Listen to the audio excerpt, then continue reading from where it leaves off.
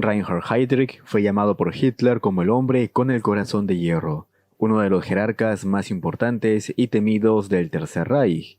Heydrich se encontraba en lo más alto de las SS, era el segundo al mando de la organización, solamente por detrás del propio Himmler, creador del SD, el servicio de inteligencia de las SS encargado de desbaratar cualquier oposición al régimen, ya sea mediante la tortura, el encarcelamiento, asesinato o deportación, y por supuesto organizador de la conferencia de Wannsee, donde se acordó la solución final. Aún así, Heydrich no dejaba de ser humano, y estaba como todo mortal expuesto a la muerte, esa sensación de invencibilidad que solamente los tiranos sienten cuando están en la cúspide de sus objetivos sería lo que lo llevarían a la tumba, cuando un pequeño grupo de paracaidistas checos ultimaran al hombre con el corazón de hierro.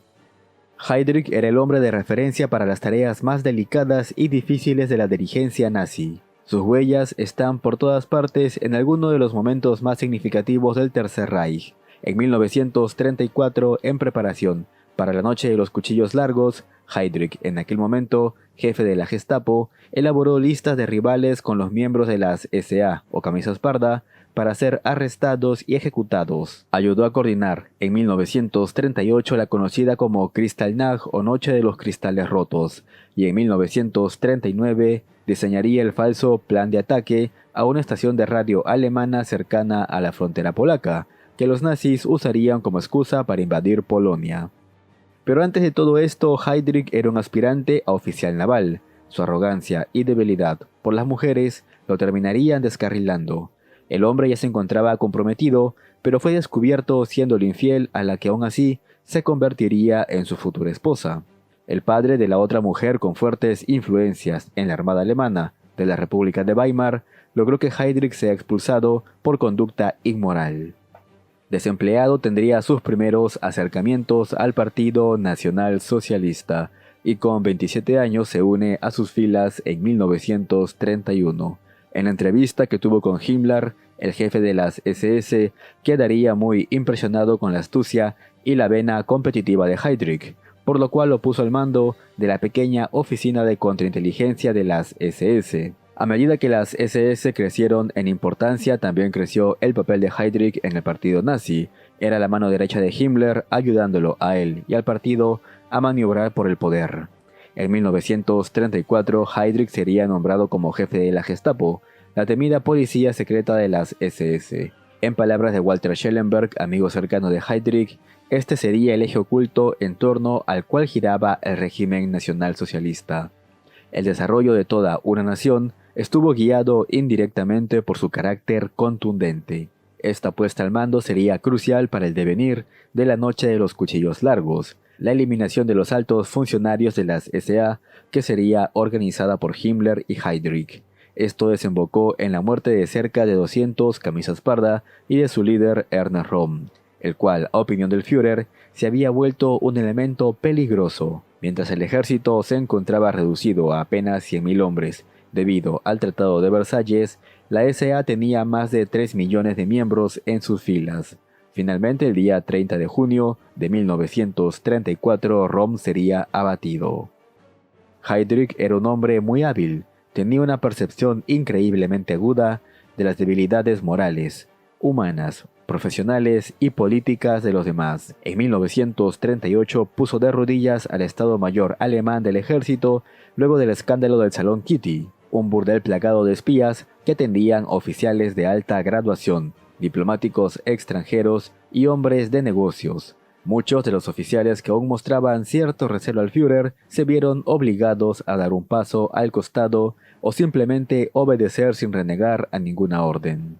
Comenzada la Segunda Guerra Mundial y ya con Polonia y gran parte de Europa Occidental conquistada por Alemania, al SD de Heydrich se le dio la responsabilidad de crear el decreto Noche y Niebla.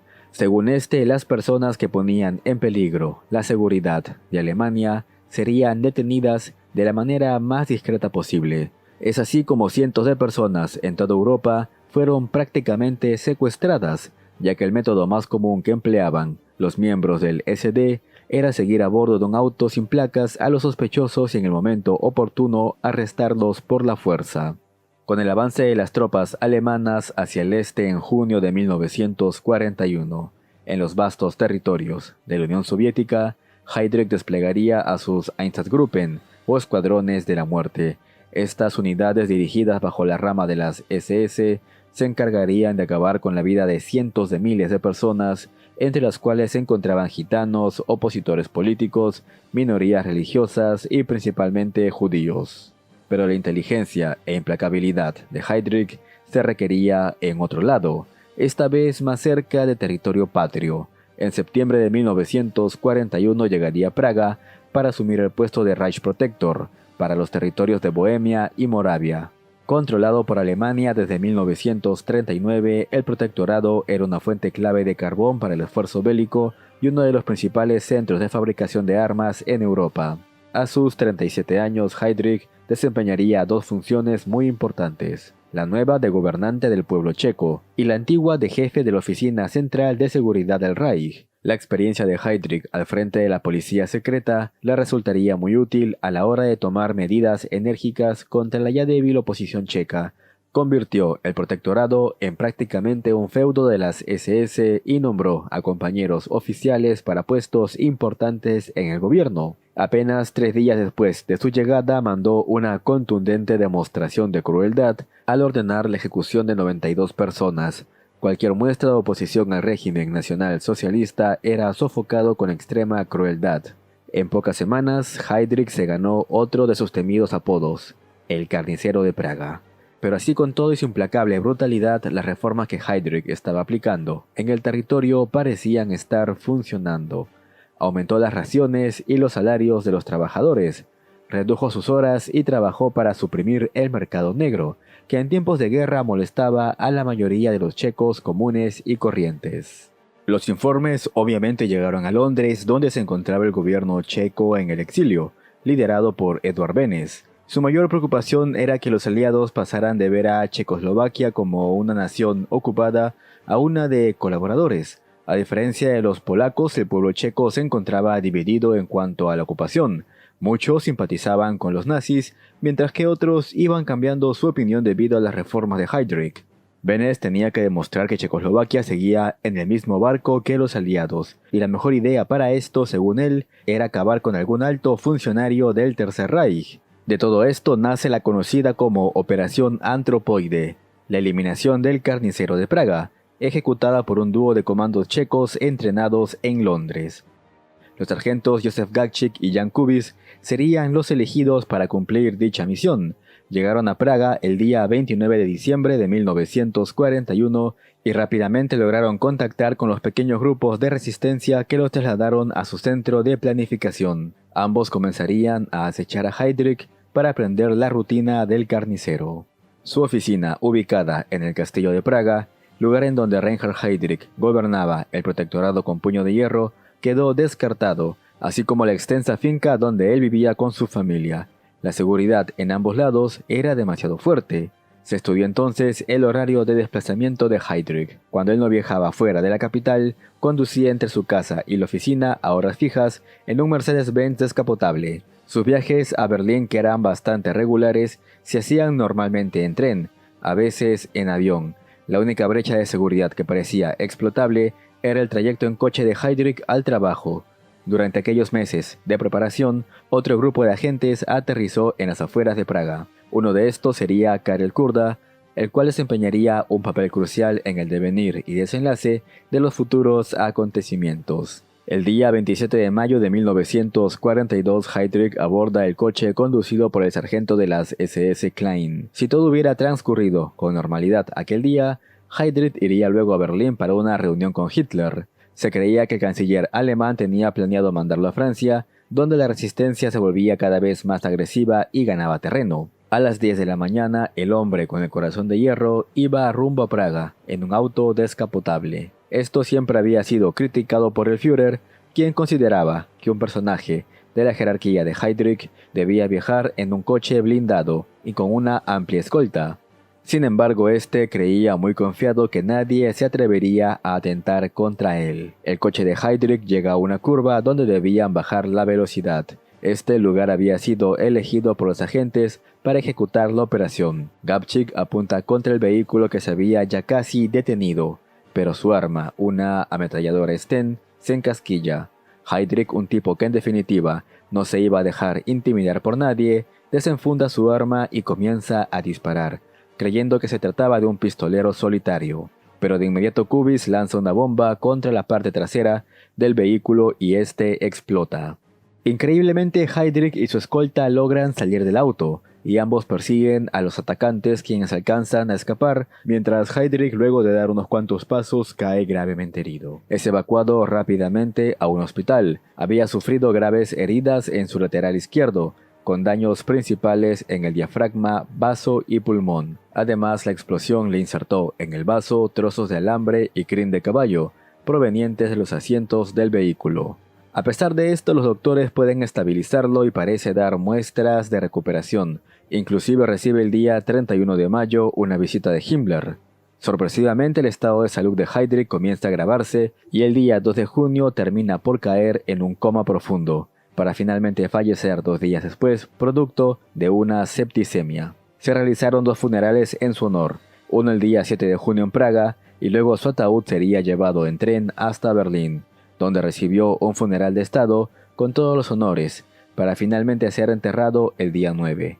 De la muerte de Heydrich, Hitler opinó: dado que son un objetivo, no solamente para un ladrón, también sino para un asesino, este tipo de gestos heroicos como conducir en un vehículo descapotable, no blindado, o caminar por las calles sin apenas vigilancia, son condenadamente estúpidos, lo cual no sirve ni un ápice a la patria. Que un hombre tan irreemplazable como Heydrich se expusiera a un peligro innecesario, solamente puedo condenarlo como algo idiota. Aún así, la venganza de los nazis sería terrible.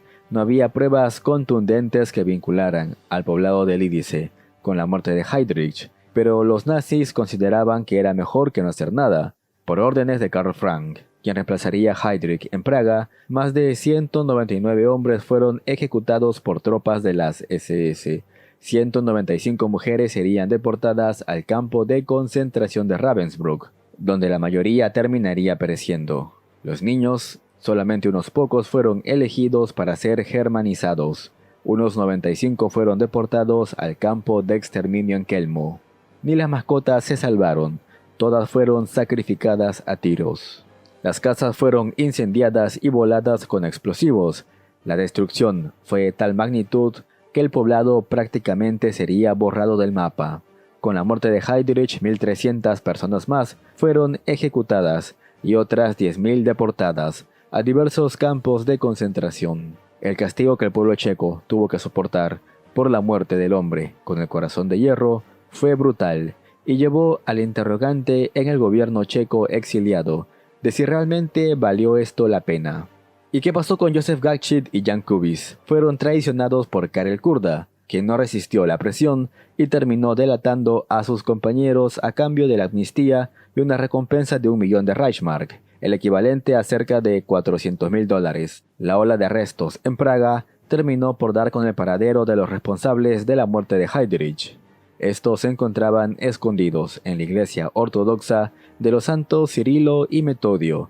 En cuestión de horas, centenares de tropas de las SS rodearían el lugar, y al entrar fueron recibidos por disparos de los agentes checos. El tiroteo se prolongó durante 6 horas, lo cual impacientó a Karl Frank, quien ordenó inundar las catacumbas, lugar donde habían terminado por refugiarse los perseguidos. Ni siquiera esto fue suficiente para hacer salir a los checos. Las SS querían atraparlos vivos como sea. Impacientes, los oficiales volaron con dinamita la entrada principal a las catacumbas, pero antes de poder entrar, se escucharon 2 disparos que confirmaron que tanto Kubiš como Gabčík se habían quitado la vida.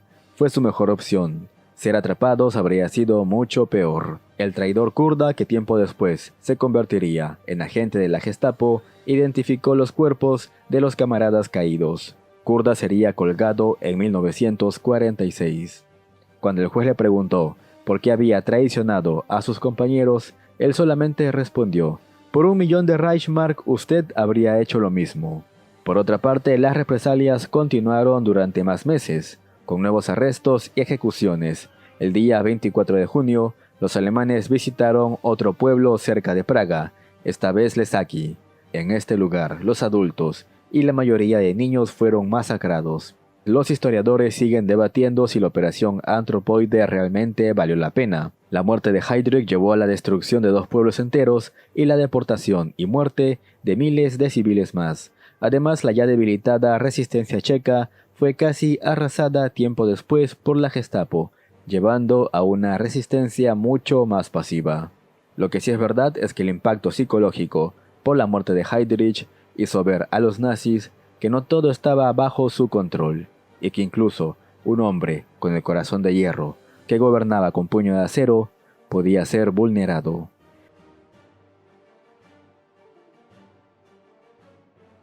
En fin amigos, hemos llegado al final del video de hoy. No olvides dejar tu pulgar arriba, suscribirte, comentar y recuerda que ahora el señor YouTube activó la opción de super gracias. Así que si quieres apoyar el esfuerzo de guerra de este canal y de quien te habla, puedes donar el monto que tú desees. Nos vemos en un próximo video.